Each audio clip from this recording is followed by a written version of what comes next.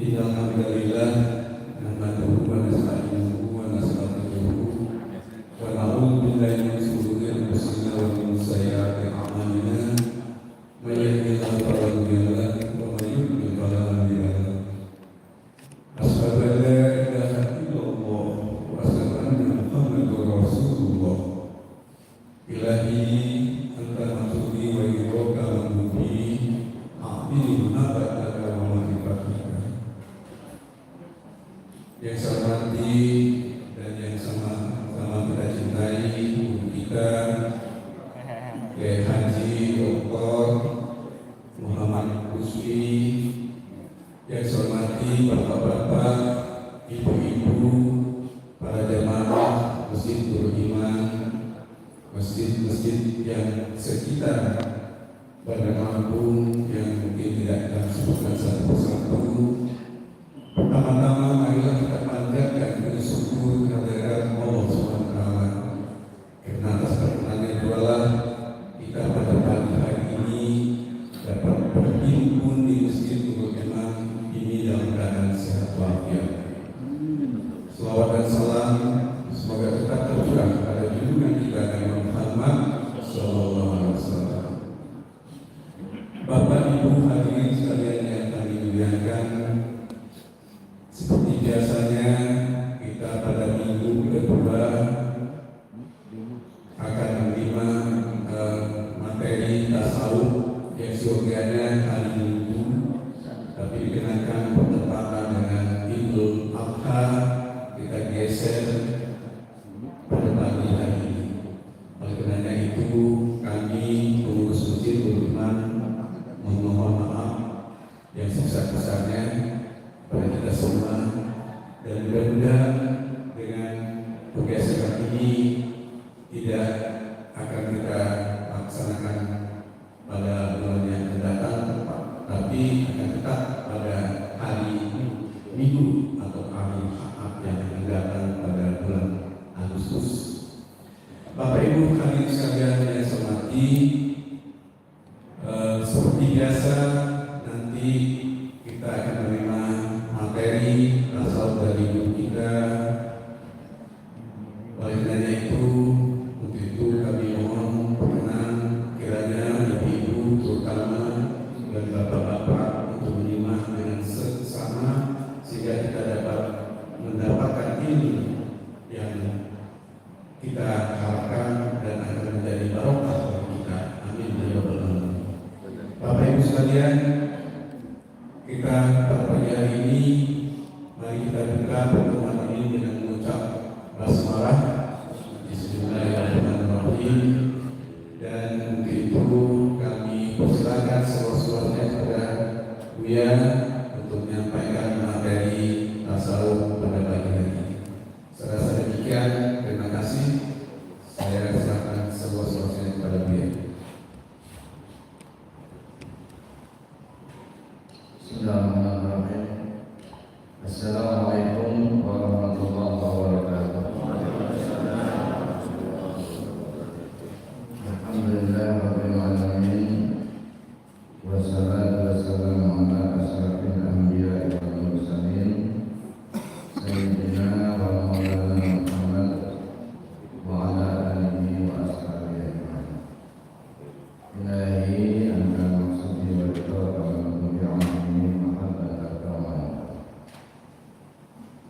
alhamdulillah, kita syukur kepada Allah Subhanahu wa taala pada pagi hari ini kita diberikan Allah hadir bersama di Masjid Al-Iman Nurul Iman mengajar betul dengan Lampung dalam rangka kita melaksanakan salat subuh berjamaah dan lanjut dengan salat subuh.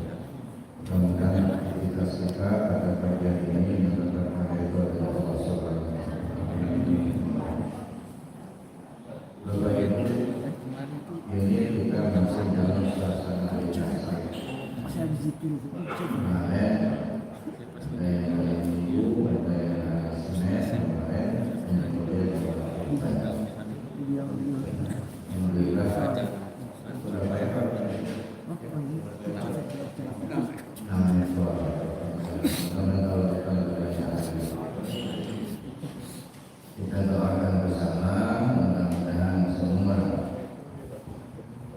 korban yang sudah dilaksanakan itu mendapatkan ridho dari Allah Subhanahu wa Ta'ala, dan yang berkorban dilapangkan Allah rezekinya, menjaga umurnya, dan insya Allah dibebaskan dari neraka. Bapak Ibu yang saya hormati, ada baiknya pada kesempatan ini kita bicarakan tentang korban, tapi dalam perspektif tasawuf. Kalau dalam perspektif fikihnya mungkin sudah sering kita dengar dan sudah disampaikan oleh guru fikihnya. Maka pada pagi hari ini kita akan melihatnya dari segi perspektif tasawufnya. Cerita korban ini tersebut di dalam surat As-Saffat, mulai dari ayat 99 sampai ayat 111. A'udzubillahi minasyaitonir rajim. Bismillahirrahmanirrahim. Qala inni dzahibun ila rabbi sayahdin. Rabbi habli minas shalihin. Fabasyarnahu bi ghulamin halim. Falamma balagha ma'ahu as-sa'ya qala ya bunayya inni ara fil manami anni adbahuka fanzur madza tara. Qala ya abati if'al ma tu'mar satajiduni insyaallahu minas sabirin. Falamma aslama wa tallahu lil-jabin wa nadaynahu ya Ibrahim qad saddaqta ru'ya inna kadzalika najzil muhsinin. Inna hadza huwal balaghul mubin. Wa qadaynahu bi dhikrin azim. Wa tarakna 'alaihim fil akhirin. Salamun 'ala Ibrahim. Kadzalika najzil muhsinin. Innahu min ibadina as-salihin. Min ibadina al-mu'minin. Sadaqallahul adzim. Itu cerita tentang korban. Pertama, kita pahami bahwa Nabi Ibrahim itu adalah seorang hamba Allah yang Rasulullah, dan beliau Khalilullah. Beliau sering disebut Bapak Tauhid. Beliau sangat tetap menjaga tauhidnya, meyakini tauhidnya. Beliau ini selalu bermohon kepada Allah karena sudah usia lanjut, belum dianugerah oleh Allah Taala. Lalu beliau berdoa, inni dzahibun ila rabbi sayahdin. Rabbi habli minas shalihin. Fabasyarnahu bi ghulamin halim. Saya selalu berharap mengadu kepada Allah, kepada Tuhanku untuk mendapatkan petunjuk. Rabbi habli minas shalihin. Ya Rabb, anugerahkan aku anak yang saleh. Fabasyarnahu bi ghulamin halim. Lalu kami memberikan dia dengan lahirnya seorang anak yang sangat penyayang.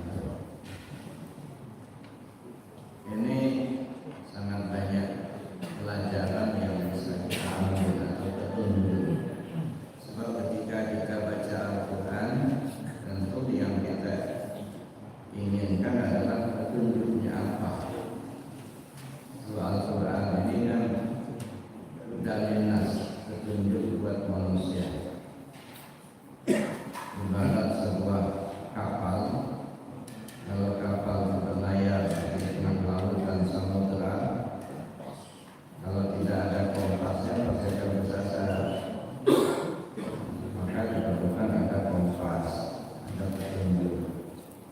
Tapi ketika kompas itu tidak kita ikuti,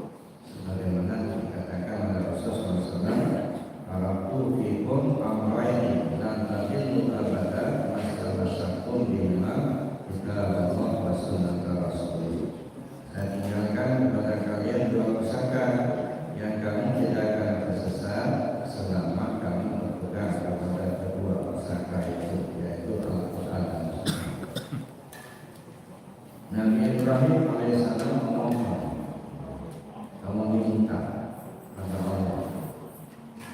Pernahkah kita memohon pada Allah? Banyak. Pernah kita minta pada Allah? Sering. Ini banyak yang kita minta pada Allah. Apakah permintaan kita dikabulkan? Banyak yang sudah dikabulkan. Kita ingin istri atau suami, lalu kita ingin anak, kita ingin harta, kita ingin pekerjaan, kita ingin jabatan, dan lain sebagainya. Nabi Ibrahim meminta kepada Allah dianugerah oleh Allah seorang putra. Ini saya kira ini sejarah, sejarah yang betul-betul terjadi pada masanya. Tapi lagi-lagi ingin saya tegaskan, Al-Quran ini hudal linnas, petunjuk buat manusia. Jadi kita tidak hanya tahu sejarah, tapi yang kita inginkan juga adalah apa petunjuknya. Hudanya mana? Petunjuknya mana? Seringkali kita terbuai dengan sebuah kisah, tapi lupa menjadi petunjuk. Jadi Nabi Ibrahim memohon, kita juga memohon, minta kabul. Permohonan Nabi Ibrahim terkabul, lahirnya Ismail alaihissalam. Permohonan kita juga terkabul. Dulu kita masih muda, kemudian kita punya istri, punya anak. Dulu kita tidak punya mobil, sekarang sudah punya mobil. Dulu nggak ada jabatan, sekarang ada jabatan. Itulah Ismail kita. Ismailnya Nabi Ibrahim yang betul-betul putranya Ismail alaihissalam. Dari mana Ismail kita? Nah, itu tadi antara Ismail kita. Nah, setelah dia anugerah oleh Allah, anak ini lagi senang-senangnya, ya, lagi senang-senangnya memandang. Falamma balagha ma'ahu sa'ya, ketika anak itu telah sampai kepada usia bisa bersama-sama ayahnya, berlari dari kecil di belakang ayah. Masya Allah, ini gambaran betapa senangnya seorang ayah yang sudah lama mendapatkan seorang putra, lalu Allah anugerahkan seorang putra yang sangat menyantun, sangat hormat kepada orang tua. Nah, tapi ketika dia falamma balagha ma'ahu sa'ya qala ya bunayya inni ara fil manami anni adbahuka fanzur madza tara. Nah, ketika anak itu sudah mencapai usia, dia mengatakan 5 tahun, mengatakan 7 tahun. Jadi artinya sudah pandai berlari-lari kecil bersama ayah. Artinya sedang senang-senangnya. Nah, bukankah kita ketika kita senang-senangnya mendapatkan Ismail kita, baru diangkat jadi jabatan berjabatnya, alhamdulillah senang. Ini Ismail kita. Lalu mengharapkan mendapatkan sebuah mobil, kalau pakai sepeda, ingin pakai motor, dapat motor. Sudah dapat motor, doa lagi, minta ya Allah, dapat mobil. Sudah dapat 1, minta ya Allah, dapat 2. Sudah dapat 2, minta lagi yang ketiga. Sudah dapat mobil, minta rumah lagi. Itulah Ismail kita.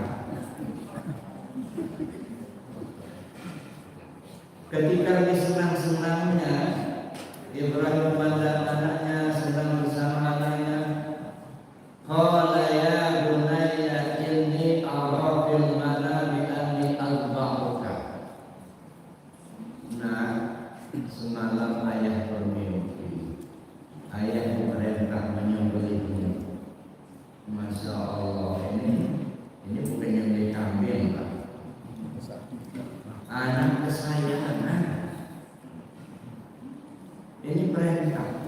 Bagaimana ketika kita menghadap perintah terhadap Ismail kita?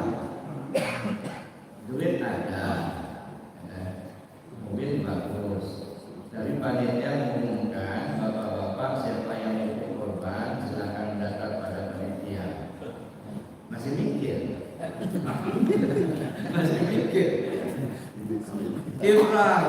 ini nyembelih anak nih.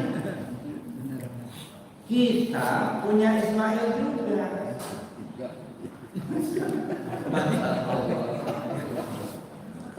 Masih mikir, korban enggak.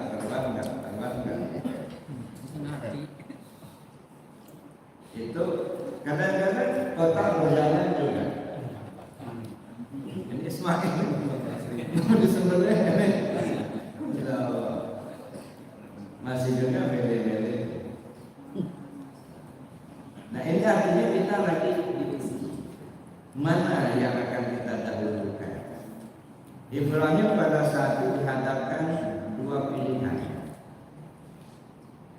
Apakah akan tetap mempertahankan cintanya kepada Allah dengan mengorbankan Ismail, atau menyampingkan cinta kepada Allah demi anak tersayang. Ini dihadapkan kepada dua pilihan. Tapi pada akhirnya Ibrahim alaihissalam demi cintanya kepada Allah, biarlah kesayangannya dia korbankan. Saya kira ini satu pelajaran yang sangat berharga sekali bagi kita. Sudahkah kita mampu mengorbankan apa yang kita cintai untuk menjunjung tinggi perintah Allah? Waktu kita sangat berharga. Ini lagi meeting. Ya. Sekarang azan di mana? Meneruskan meeting atau sholat? Ini kita dihadapkan dengan persoalan yang seperti ini. Ini ada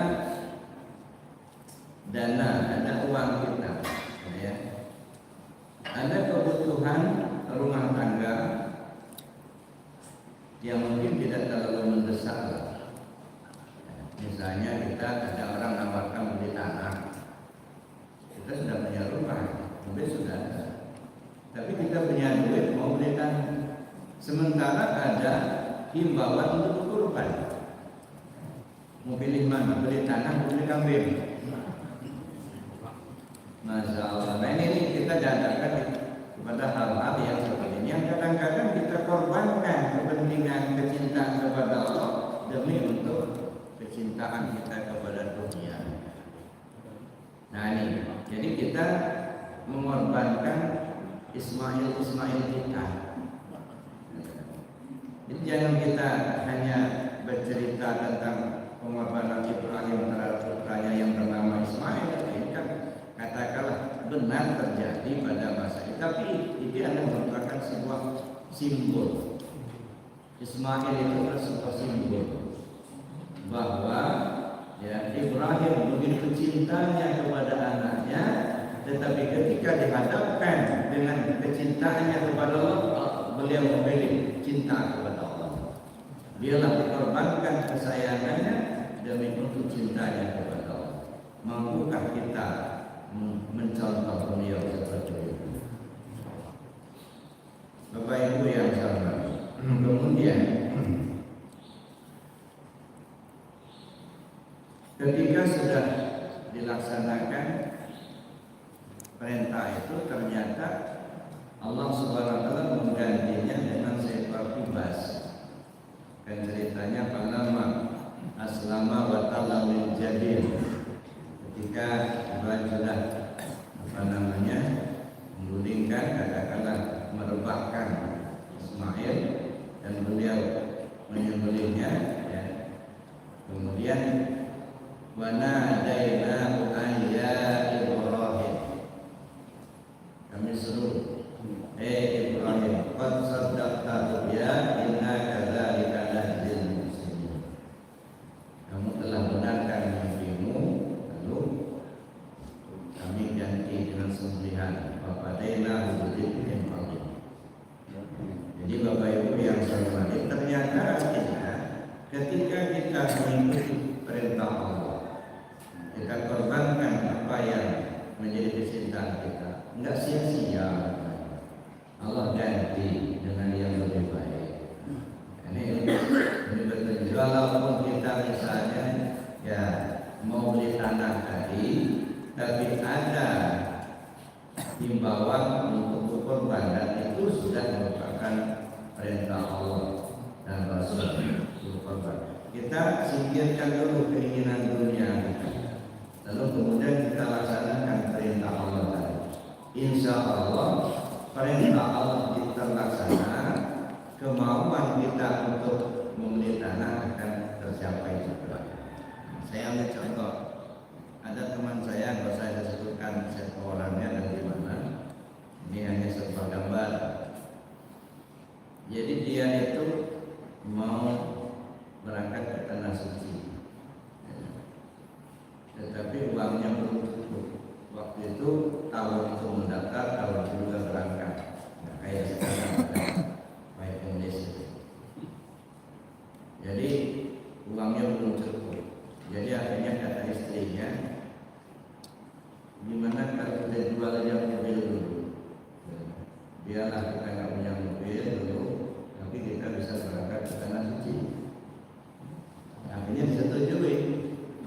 Lalu dijual mobilnya, lalu setorlah WMH, berangkatlah tahun itu. Setelah pulang dari haji, ini cerita pendeknya. Setelah pulang dari haji kan tak ada mobil. Dah sebulan tak ada mobil, 2 bulan, 3 bulan, sampai 3 bulan. Dan pas bulan ketiga, ada kawannya datang, mana mobilnya? Udah dilepas kemarin waktu berangkat, habis rendahnya tidak cukup. Nah itu saya punya mobil, ada 2 mobil di rumah katanya. Yang satu itu jarang sekali dipakai. Saya kan pakai mobil dinas. Nah yang mobil yang saya beli itu nggak dipakai-pakai ya. Kamu ambil aja lah.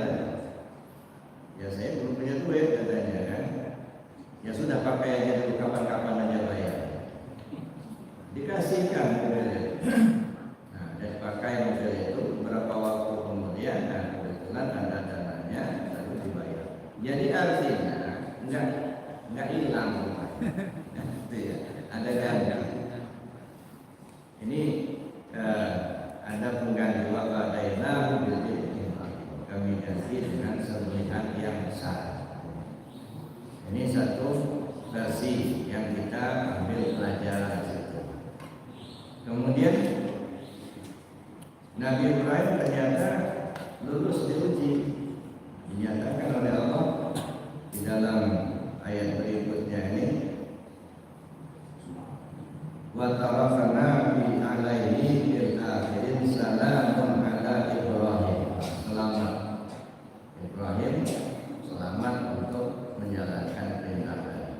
Tapi ternyata ketika kita dihadapkan dengan 2 pilihan tadi, rupanya iblis ini jeli betul-betul melihat kesempatan. Jadi iblis ini selalu berusaha menggagalkan. Dibujuklah, dirayulah Ibrahim satu-satunya anak kok maunya sembelihannya lewat mimpi. Iblis kok mau patuli kambing Pak? Mendingan beli emas saja. Mendingan kita investasikan saja. Ini rayuan ini. Nah, ini jebakan iblis. Enggak berhasil lewat Ibrahim, lewat sini aja. Bu, kamu tahu nggak? Suami kamu itu anak bersembelih itu. Cepat-cepatlah, jangan sampai terjadi. Sayang, kasihan sama anak. Jangan, mana itu tahun ini nggak usah dulu, tahun depan aja. Nah, sekarang investasi dulu. Nanti kalau sudah ada untungnya, nah baru kita belikan ke kambing. Modalnya nggak habis, untungnya saja. Kalau untung, tahun depan bangkrut, tahun yang lalu nggak korban, tahun ini tambah nggak korban lagi, bangkrut. Ini jebakan iblis. Nggak berhasil dengan Siti Hajar, dengan istrinya. Ismail digoda. Ismail, kamu tahu nggak? Ayah bawa pedang menyembelih kamu, lari dia. Nah, karena mereka tahu persis ini adalah godaan, mereka lawan. Ya, godaan. Ini disimpulkan ketika pelaksanaan ibadah haji di Mekah. Ketika di Mina, ya, Bismillahirrahmanirrahim. Kayaknya musuhan benar sama iblis gitu. Sampai 7 batu satu tempat gitu ya. 3 tempat 21 batu. Bismillahirrahmanirrahim. Marah betul sebenarnya. Kalau itu pulang ke Indonesia jadi kawan. Ces lagi. Masya Allah, jadi kawan. Katanya gimana? Nah gimana nih? Jadi waktu itu yang jangan sampai seperti itu. Kita berusaha untuk melawan, disimpulkan di Mina sampai dimanapun kita berada, bagaimana kita menyikapi. Jadi melontar jamarat itu kan simbol perlawanan terhadap iblis. Nah jangan sampai di sana cuma melempar batu dan sini jadi kawan. Bapak Ibu yang saya hormati, itu dilihat dari segi umat yang terkandung. Tapi ada satu hal yang lebih penting lagi, ya. Korban yang disembelih itu bukan hewan, ya, binatang yang hidup. Ya. Jadi persoalannya bukan persoalan daging. Jadi persoalannya adalah nyawa. Memisahkan nyawa dengan tubuh.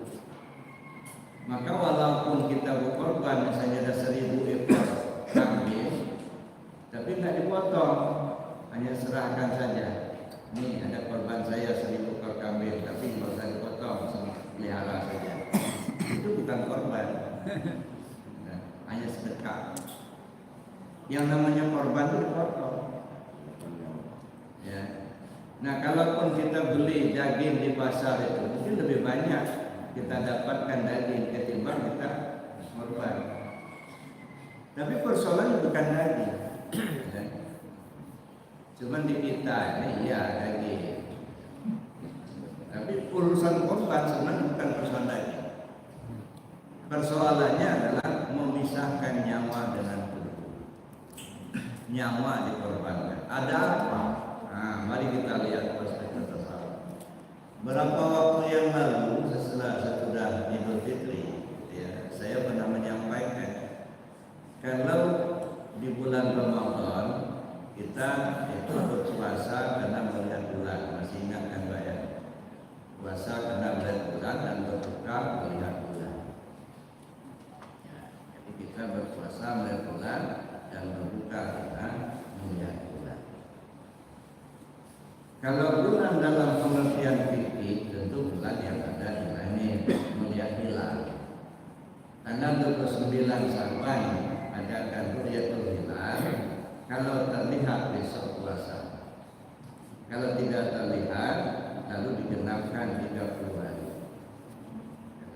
Itu sistemnya. Makanya sampai kemarin itu kita berbeda hari rayanya dengan Arab Saudi karena menurut Pak Menteri itu setelah ru'yatul hilal tidak terlihat hilal di bulan hajinya, maka digenapkan 30 hari di bulan Zulkaidahnya. Nah, maka agak berbeda. Itu di fikihnya. Tapi mana hilal? Ketika terlihat hilal lalu kemudian berpuasa. Bulan, mana bulan? Kira-kira gambaran bulan diri kita ya. Terlihat bulan, artinya menyadari adanya kita. Tahu kita ini ada. Tahu kita ini melihat. Tahu kita ini mendengar. Tahu kita ini berpuasa. Tahu kita ini punya kehendak. Nah, pengetahuan kita yang menyadari adanya kita seperti itu ibarat melihat hilal. Kalau sudah hilal terlihat, apa yang dilaksanakan? Puasa. Apa itu puasa? Menahan. Begitu hilal diri kita sudah terlihat, menyadari adanya kita, mulailah kita menahan. Apa yang ditahan? Keakuan diri. Ngaku kita kuasa, ngaku kita yang berkehendak, ngaku kita yang hidup, ngaku kita yang melihat. Nah, kita mulai tahan. Nah, kemudian di akhir Ramadan ada pembayaran zakat fitrah, memberikan sesuatu kepada yang berhak menerimanya. Ini merupakan isyarat setelah kita tahan lalu berikan kepada yang berhak menerimanya. Siapa yang berhak menerima? Yang punya. Siapa yang punya? Untuk Allah. Kembalikan ke Allah, serahkan kepada Allah. Nah, tetapi yang kita serahkan pada saat ini baru bersifatnya. Kan hayat, ya, sama basor, kalam, kan sifat. Jadi sifat yang kita serahkan. Walaupun sifat, begitu satu Syawal halal haram kita puasa. Kenapa haram? Lambang kita kalau sudah kembali kepada Allah kan sudah serahkan Idul Fitri. Kalau sudah Idul Fitri artinya kita sudah kembali bersih. Kenapa kembali bersih? Karena nggak punya apa-apa. Yang punya cuma Allah. Bersih dari selain Allah. Yauma la yanfa'u malun wala banun illa man atallaha biqalbin salim. Pada suatu saat nanti hartamu, anakmu, istrimu tidak bisa nolong. Yang selamat hanyalah yang datang menghadap Allah dengan hati yang bersih. Bersih yang bagaimana? Bersih dari selain Allah. Kalau masih ada ngaku-ngaku kita, itu belum bersih. Masih ada akuan diri kita. Bersih hati dari selain Allah. Nah, setelah kita kembali kepada Allah, maka disebut Idul Fitri. Ketika Idul Fitri haram kita puasa. Artinya apa? Tidak boleh lagi ditahan. Puasa kan ditahan. Karena kalau sudah kembali kepada Allah, pasti kebaikan akan timbul. Kalau sudah kebaikan yang timbul, nah ini tidak usah ditahan lagi. Kita senang bersedekah, udah nggak usah ditahan-tahan, laksanakan saja sedekahnya, diperbanyak saja lebih bagus. Senang kita beribadah, jangan ditahan-tahan, terus saja ibadahnya. Maka ibaratnya dalam berpuasa. Nah, ini lagi-lagi saya katakan ini sifat yang kita kembalikan kepada Ramadan sifat. Tapi begitu masuk bulan haji, yang kita serahkan bukan sifat lagi, zat, nyawa kita. Kalau sifat sudah kita kembalikan, serahkan pada bulan Ramadan, begitu bulan haji, nyawa kita serahkan. Kalau hayat sifat, roh itu zatnya, zat diri kita. Jadi bukan hanya sekedar mengembalikan sifat, tapi kepada roh, nyawa kita kembali ke Allah. Nah, kalau sudah kembali kepada Allah, sifat sudah dikembalikan, zat diri kita pun dikembalikan, maka kita sudah tak punya apa-apa lagi. Maka sampailah kepada wukuf di Arafah. Ibarat berjalan, tiba di Allah baru berhenti. Nah, nyampailah kita kepada puncak. Berhentilah kita di situ. Berhentilah ke Allah. Kalau sudah berhenti kepada Allah, itulah pakailah dalam kehidupan sampai mati, itu pegangan dan itu pakai. Maka saya katakan tempoh hari ini bukan persoalan pahala-pahala lagi, ya. Cuma ya supaya timbul gairah kita kan, orang-orang tua kita dulu, ya, kalau mengorbankan kambing kita dapat pahala sebanyak bulu kambing. Artinya memang nggak dihitung besar banyaknya pahala, itu nggak usah dihitung dulunya. Ada sebab saking besarnya, gimana nggak besar kembali ke Allah itu melebihi dari segala. Kalau sudah kembali kepada Allah, nggak ada hitung-hitungan lagi, nggak ada bandingan lagi yang lain.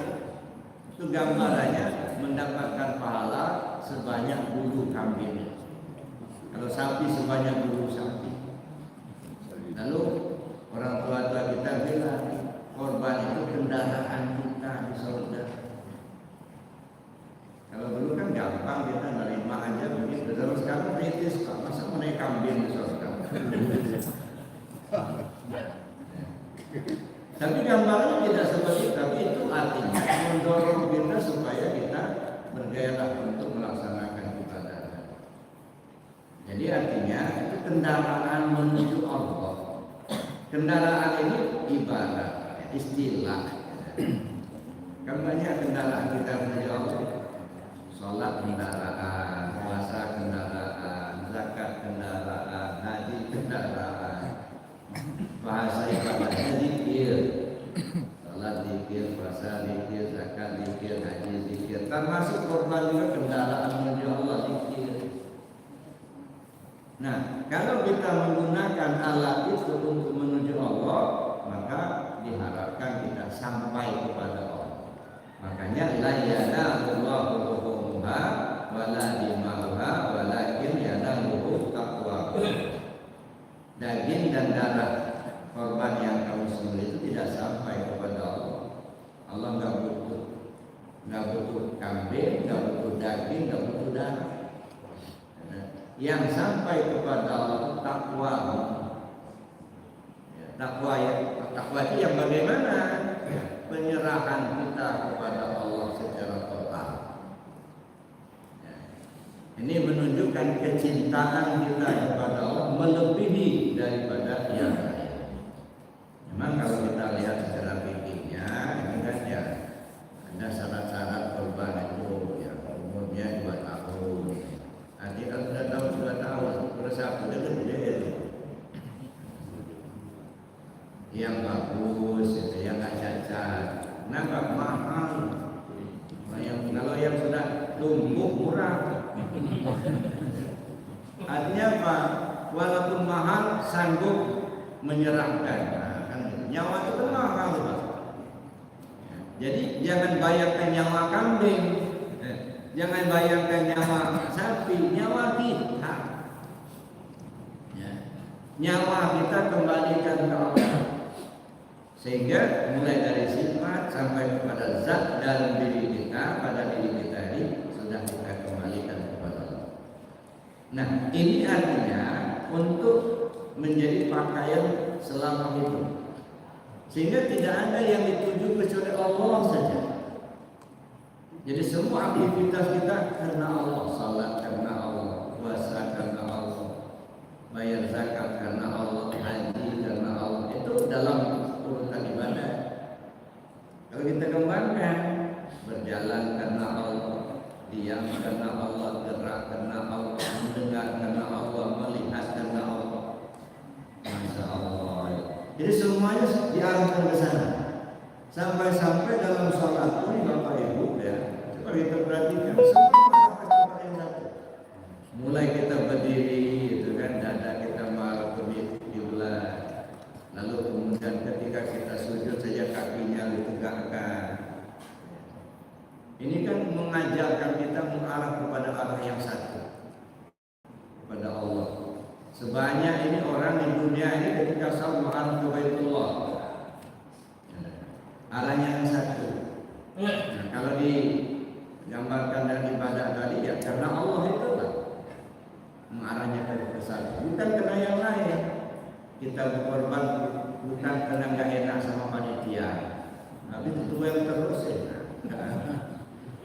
Bukan karena Allah ya, nggak enak. Kita ditanya berkorban nggak. Kalau itu sudah jadi niatnya nggak enak, sudah hilang pahalanya. Singkirkan itu. Asbabnya bisa saja, Pak pengurus misalnya menanya gimana tahun ini bisa ngorban nggak, itu kan asbabnya, nggak masalah. Tapi niat yang muncul dari hati kita bukan karena tidak enak sama orang, tapi betul-betul karena Allah. Jadi arahnya ke sana. Jadi Bapak Ibu yang saya hormati, ternyata korban ini merupakan ujian yang besar. Nah buat kita, Kalau Nabi Allah Ibrahim alaihissalam mengorbankan putranya yang bernama Ismail alaihissalam, nah sekarang kita dituntut untuk mengorbankan Ismail kita. Untung saja Pak, Allah ganti dengan seekor kibas. Kalau tidak, mungkin disunatkan mengorbankan salah seorang anak kita. Untung diganti dengan kibas itu tadi, domba. Kalau andaikan terjadi betul Ismail itu disembelih waktu itu, Allah izinkan kulitnya dimakan sama tajamnya pedang Ibrahim sampai tersembelih, mungkin syariatnya sunnah hukumnya menyembelih salah seorang anak kita. Jadi ini Bapak Ibu yang saya hormati, ya mudah-mudahan kita diberi Allah petunjuk, ya sehingga kita lebih dekat kepada Allah, mendapatkan ridha dari Allah, dan lebih utama tadi bagaimana kita memahami makna kurban tadi, kembalinya diri kita kepada Allah. Saya kira demikian untuk materinya, mungkin kita gunakan lebih jauh dalam tanya jawab. Sementara saya dulu. Assalamualaikum warahmatullahi wabarakatuh. Waalaikumsalam.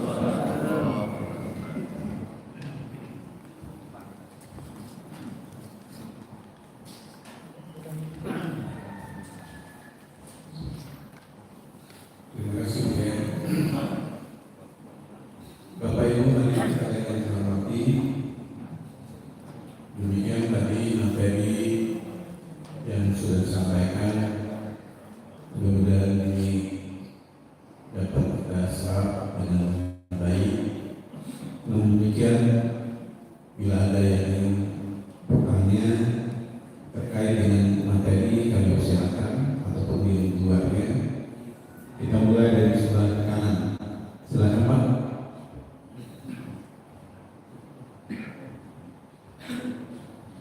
Ada Pak Ustaz? Pak Haji? Kita kan gitu kan, masih waktu masih panjang. Ibu-ibu yang sayang dengan Ibrahim ini ada? Oh ya, jadi Pak sudah mau, saya menteri ini kami silakan Pak ngomong, tapi singkat saja supaya bisa terserap dengan baik oleh beliau. Silakan. Assalamualaikum. Pertanyaan singkat Pak. Kalau penyusup berkorban itu adalah menyerahkan semua milik kita kepada Allah tanpa rasa kewajiban. Pertanyaannya adalah, kalau ada dunia ini mau berkorban atau ada kepentingan untuk kepentingan kesehatan keluarganya yang sedang sakit, ayahnya mungkin membutuhkan biaya rumah sakit. Nah ini ada pilihan, apakah harus berkorban atau biaya yang pertama. Yang kedua, ya, kalau ada ustaz yang memberikan ngebus yang ustaz itu menekan, ketika dia mau jadi imam, dia berkata kepada makmum bahwa marilah kita jadikan seolah-olah sholat ini merupakan sholat yang terakhir bagi kita. Pertanyaannya adalah, apabila kejadian sholat terakhir bagi dia, lalu bagaimana indikasi ketika dia masih punya hutang-hutang? Nah ini apakah hutang-hutang tadi itu bisa dilunas? Tiga, masih kan? Tiga orang yang bertanya. Yang tidak bisa. Kalau puasa di bulan haji itu merupakan puasa wajib, apakah orang pakaian puasa wajib, apakah wajib di bulan haji itu sama dengan wajibnya di bulan Ramadan. Karena banyak orang tidak berpuasa di bulan haji itu juga jauh-jauh. Apakah ini wajib dan itu merupakan yang ada indikasinya haram, ada dia dosa? Terima kasih. Assalamualaikum. Terima kasih Pak Nuno. Kami persilakan Pak Buya, ada 3 pertanyaan tadi. Pertama, memilih apakah memilih untuk berobat orang tuanya atau kurban yang telah diterima.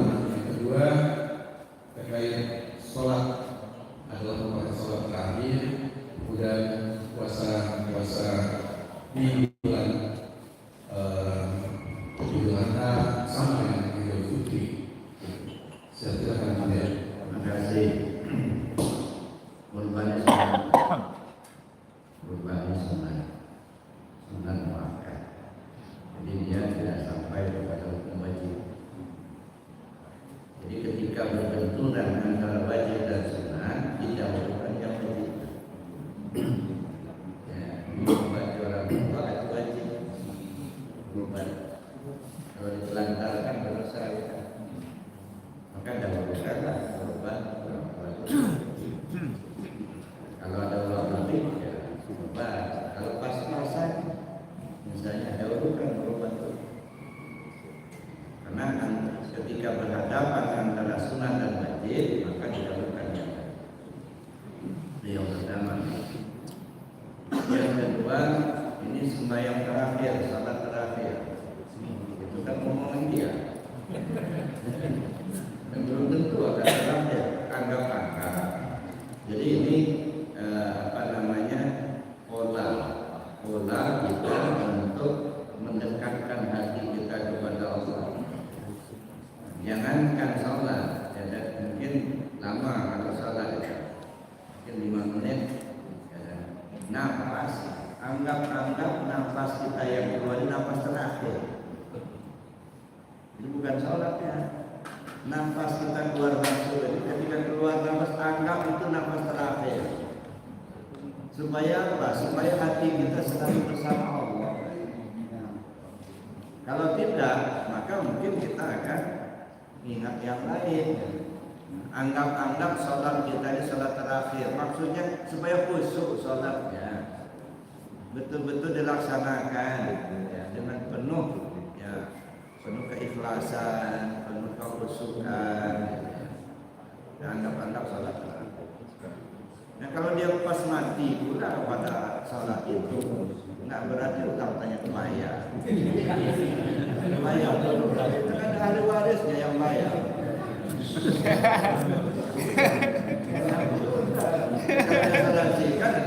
Itu yang bayar juga. Karena nggak ada asuransi kan, ya tetap saja keluarga yang bayar. Ahli warisnya. Jadi tidak berarti kalau dia mati karena dia semua pokoknya sholat terakhir utangnya lunas. Ya nggak begitu. Memang ada riwayat kalau orang punya hutang, dia sudah berusaha betul untuk membayar. Dan dia bukan menunda, memang ada duit, tapi sudah berusaha bekerja untuk cari duit untuk bayar hutang. Sampai dia hutang belum membayar, dia keburu meninggal. Apa kata Rasul? Allah yang akan membayar. Kalau memang dia sudah usaha betul untuk membayar tapi tidak dibayar. Tapi kalau nyumput, takut kalau dia datang nagih, pada itu nggak ada usaha membayar. Tunda. Itu yang kedua. Dan yang ketiga, apa tadi? Puasa. Saya pikir puasa bulan haji itu tidak ada yang wajib. Sunnah. Puasa di bulan haji disunahkan pada 1 sampai 9. Minimal pada saat wukuf di Arafah tanggal 9. Sunnah bukan wajib. Yang wajib hanya bulan Ramadan.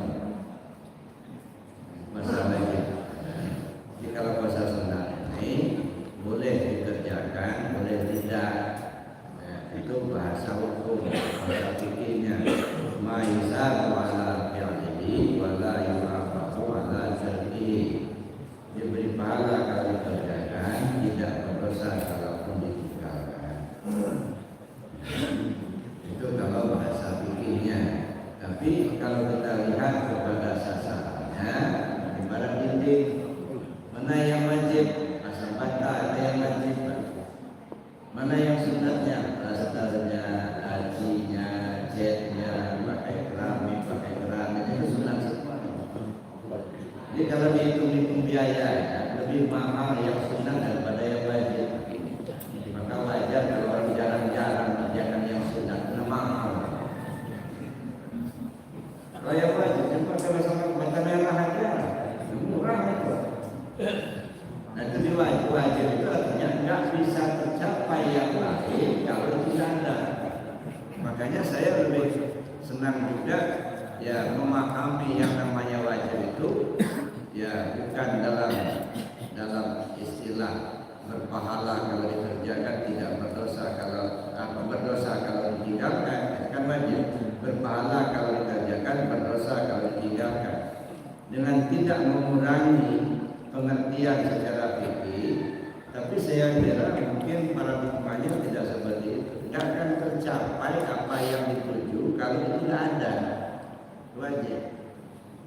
Bapak kepingin minum air kopi manis, mana yang wajib? Wajib gula, kopi, air, dia wajib. Kalau gelasnya itu sunat aja pakai mangkok itu bisa.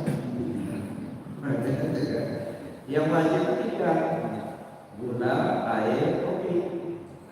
Salah satunya tidak ada, maka harapan mendapatkan air kopi manis ada tercapai.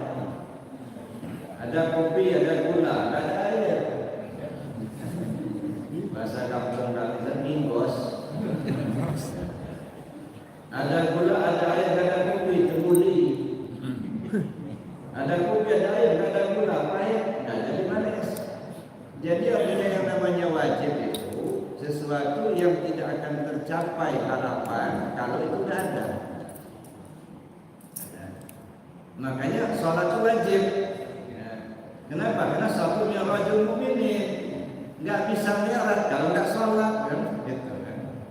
Jadi bukan persoalan berdosa saja. Nanti dipikirkan gitu, berpahala kalau dikerjakan, berdosa kalau enggak dikerjakan. Bukan hanya berdosa, enggak tercapai. Kepinginnya mi'raj kembali ke Allah, tapi nggak sholat, nggak bisa kembali. Gimana mau kembali kalau nggak sholat? Nah begitu juga yang lainnya. Jadi puasa di bulan haji itu tidak sampai kepada hukum wajib, dia sunat. Jadi walaupun sunat, dia termasuk sunat muakkad. Ya Allah ampunkan dosa-dosanya yang sudah berlalu dan yang akan datang. Kalau kita lakukan puasa Arafah. Dan kemarin orang bingung Pak. Puasa Arafahnya ini hari Jumat apa hari Sabtu? Nah makanya banyak pendapat yang saya baca itu ada 3 pendapat. Pendapat yang pertama mengikuti wukuf di Arafah. Karena kita sudah tahu di sana wukufnya di Arafah, maka pada saat wukuf di Arafah itu kita puasa. Tapi pendapat yang kedua tidak mesti mengikuti prosesi wukuf, tetapi hari Arafah. Kalau hari Arafah tanggal 9, menentukan tanggal 9 itu di wilayah masing-masing. Karena kita di Indonesia, maka waktu yang kita pakai waktu Indonesia. Nah, karena Indonesia sudah menetapkan lebarannya hari Ahad, maka Arafah tanggal hari Arafahnya hari Sabtu. Maka hari Sabtu itulah puasanya. Walaupun di Mekah itu sudah melaksanakan wukuf tanggal 9-nya di hari Jumat, ya. Nggak masalah. Itu pendapat yang kedua. Ya. Dengan pendapat yang ketiga, ya, ini yang saya baca. Ya.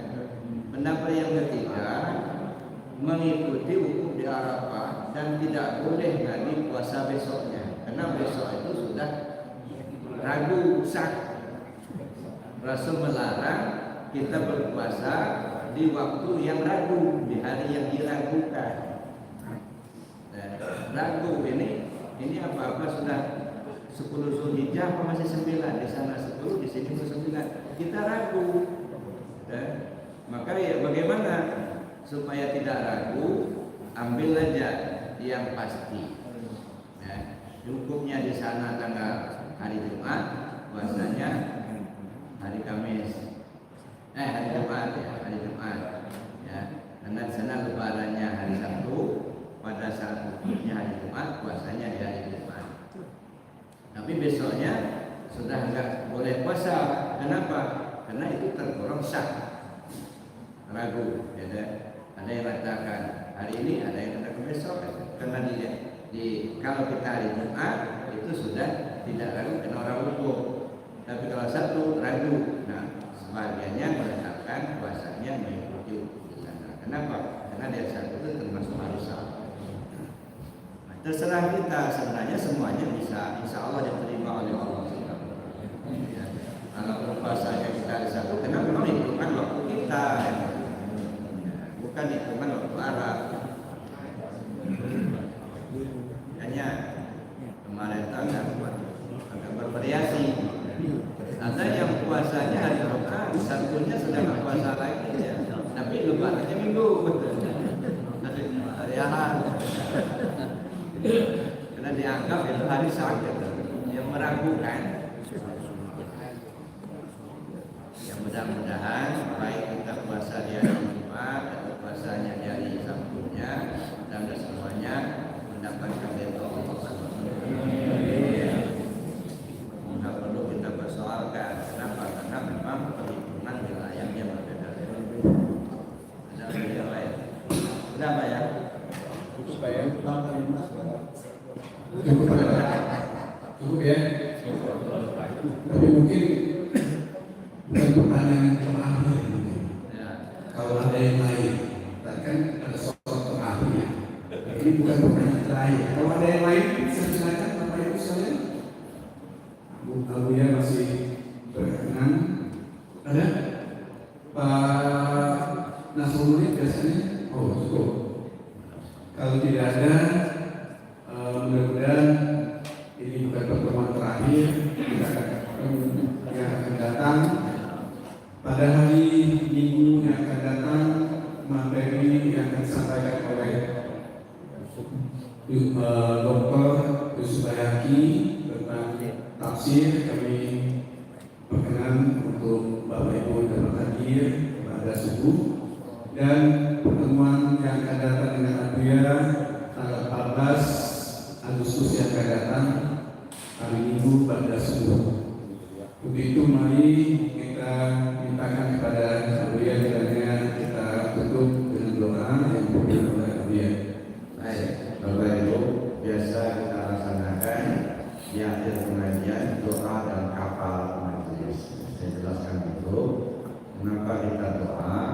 Minta kepada Allah supaya apa yang telah diberikan Allah kepada kita, diajarkan kepada kita, dan dikembalikan pada saat kita butuh. Makanya doanya, Allahumma inni astaudiuka ma'alamkan. Ya Allah, aku serahkan kepadamu apa yang sudah kau ajarkan kepadaku. Wadudhu ilayya indah hajati. Kembalikan dia kepadaku di saat aku butuh. Kapan saja ya. Makanya kalau sekarang Bapak Ibu bisa paham, nanti pulang di rumah kayaknya hilang, lupa, itu sebenarnya bukan hilang, jemput. Nanti kalau dibutuhkan dia datang lagi. Itu minta kita pada saat butuh. Kalau saya tidak butuh, tidak apa-apa, kita serahkan Allah. Dan pada saat butuh dia hadir. Entah ketika kita meninggal, entah ketika kita lagi berdiskusi, dia hadir. Nah, makanya selalu kalau jalan apa juga selalu sampai doa, Allahumma inni astaudiuka ma'alamtani wadudhu ilayya indah haja wala tansa. Jangan kau buat aku lupa. Itu satu doa. Yang kedua, kafarat majelis. Kata Rasulullah SAW, kalau kafarat majelis itu dibacakan di ujung ya majelis, di akhir majelis, Allah hapus dosa yang terjadi pada saat bermajelis. Mungkin kita salah buka, suzon, kan berdosa gitu. Mungkin kita dalam diskusi kita agak bertekak urat leher. Begitu kita bacakan kepada majlis, dosa yang terjadi pada saat majlis itu dihapus oleh Allah. Maka perlu kita bacakan doa. Mari sama-sama Bismillahirrahmanirrahim.